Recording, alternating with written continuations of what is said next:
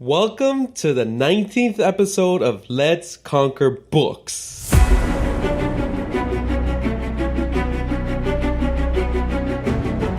Charles William Eliot said, "Books are the quietest and most constant of friends. They are the most accessible and wisest of counselors, and the most patient of teachers."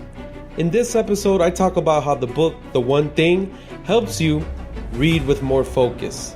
Take the pressure off remembering everything you read, have purpose and joy while reading, and have an arsenal of knowledge. So let's get into it.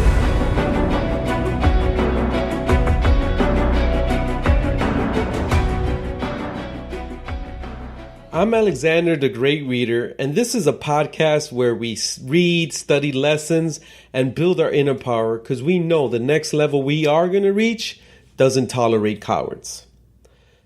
Now, I'm going to start with the Pareto Principle. It's an economic principle by an Italian economist called Vilfredo Pareto, where he said 80% of effects come from 20% of the causes.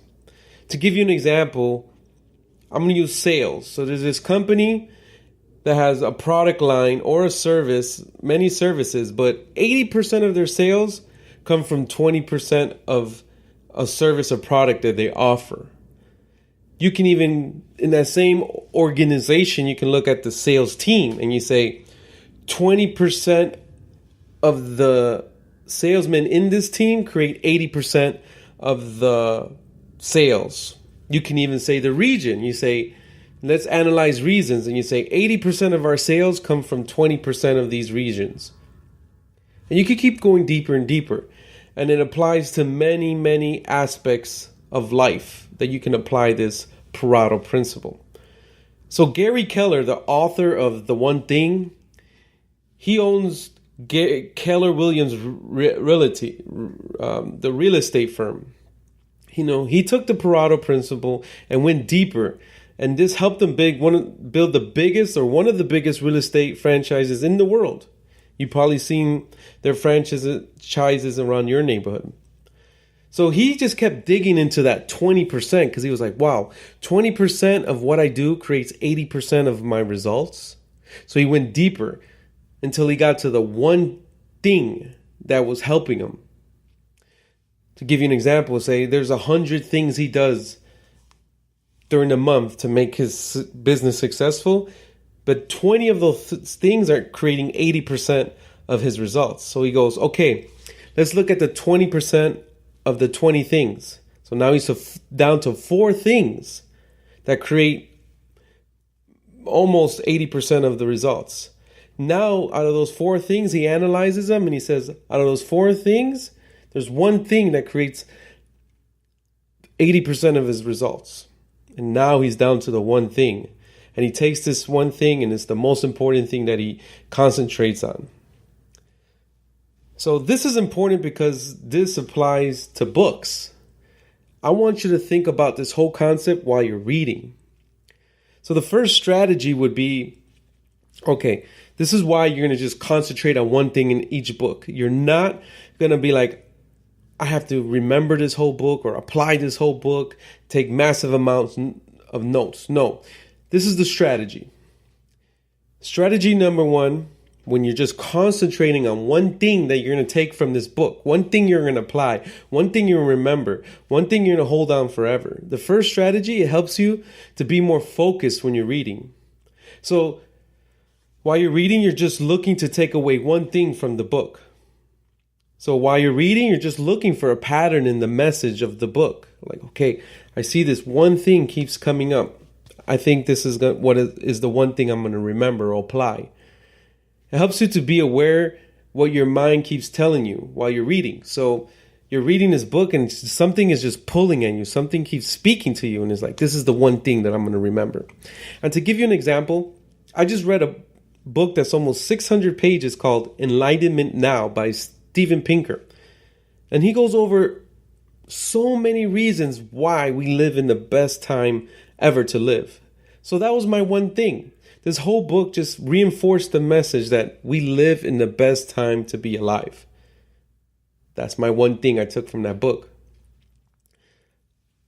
The second strategy is It takes off the pressure of trying to apply or know everything you read in a book. Because all you're looking for is one thing to take away from the book.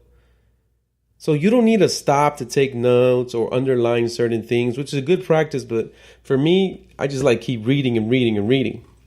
You don't need to feel overwhelmed by the content. You're just reading so much good stuff. You're like, I want to apply this. I want to apply that. But inside you're like, man, I'm probably not going to apply none of this. All you have to do is just one thing. So you're like, okay, I'm just going to look for that one thing. An example, recent one, is I just read Fooled by Randomness. There's so much good knowledge and content in that book. It's so amazing how smart Nassim Taleb is. He's the author of Fooled by Randomness. But this strategy of one thing, you know what I took that by it? Is that something happens randomly in your life and you can't think that, oh, this is going to happen again or this is going to happen again. You're not going to be fooled by that. That's what I took about it. And the whole book reinforced that for me. The third strategy is that it gives you purpose and joy while you're reading. So when you read with books with the only purpose is to get one thing, that gives you purpose. Now the whole book becomes, I need this one thing. I need this one thing. I need to get one thing out of this book. There's your purpose. And you're also reading more joyfully because you must get to that one thing and then go apply that one thing. So you're happy. You're like, I'm going to get this one thing. You get the one thing and you know you can apply one thing. Now, the fourth strategy is having one thing from each book adds up. And what I mean by that is, let's say you read 5 books a year and you take away one thing. That's 5 tools, skills, knowledge that you have for the rest of your life. You do that for 10 years, that's 50 things you have in your life. And that's powerful. These books are written by people who have dedicated to life to a certain subject, to a certain science, to a certain psychology, to a certain neuroscience, to a certain motivational aspect, certain mindset. You have all this. You keep adding and adding, benefiting from these amazing people who pour their lives into this book. And you spend hours with them reading this book and you're taking that one thing. So by adding one thing from each book in time, you build an arsenal of one things. The one thing you will take away will be powerful always, because that's the one thing that jumps out to you and you can see yourself using and you can see yourself applying. An example in my life is Carol Dweck's Mindset. That book was amazing. And the one thing I took out of that book is having a growth mindset. Any challenge in my life is just an opportunity for me to learn. That's what I took away. There's a lot of great things in that book, but that was the one thing. Grit by Angela Duckworth. I need to persevere. Anybody who's successful, just persevere. That's the one thing. Ryan Holiday's Obstacle is the Way. The one thing I took of that is anything that is causing friction, causing me to fail, causing me to have stress, that means that it's good for me. It's building change. It's building strength. There's a lot of good things of just going towards that obstacle. Anti-Fragile, another Nassim Taleb book that I love, is kind of what Obstacle is the Way is. Anything that's causing friction, causing pain, suffering, whatever you're trying to achieve in your life, it's building you to become anti-fragile, meaning you can just go through all kinds of things in your life and you just keep pushing through. Think and Grow Rich by Napoleon Hill. Your mind is powerful. What you think about constantly, what you're feeding your mind, it's very important. You have to be in control of your consciousness. Outliers. You see that outliers, people who do great things, they're just normal people who just got lucky, but lucky in a way that they just kept going toward the obstacle, building anti-fragileness. The 10X Rule by Grant Cardone. I took one thing that you got to make your goals bigger than you initially wanted them to be, because let's say you don't reach them, you're probably further than the original goal. So if my goal is to read 100 books, my goal is actually to read 20 books, make the goal 100 books. And if you fail and you only get to 60, you still read 60 more than 30. That was the one thing I took from it. I could go on and on and on. Blink by Malcolm Gladwell, another one. That helps me in school, where that book just talks about how you read and study all these things, you have this intuition that just tells you right away in a blink of an eye.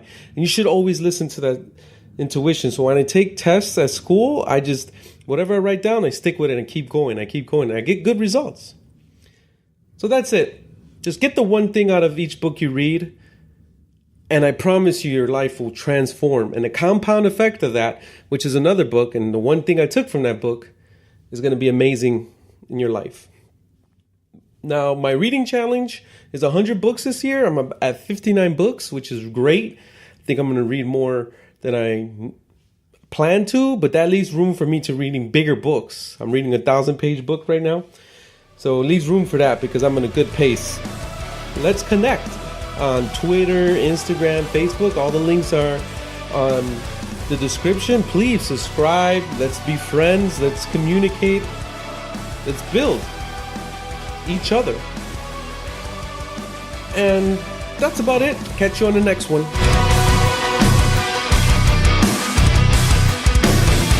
Please subscribe to this podcast on iTunes, Stitcher, Google Play, Anchor, or any other platform that has podcasts so you don't miss the next episode where I talk about why you should read 2 old books for every new book you read.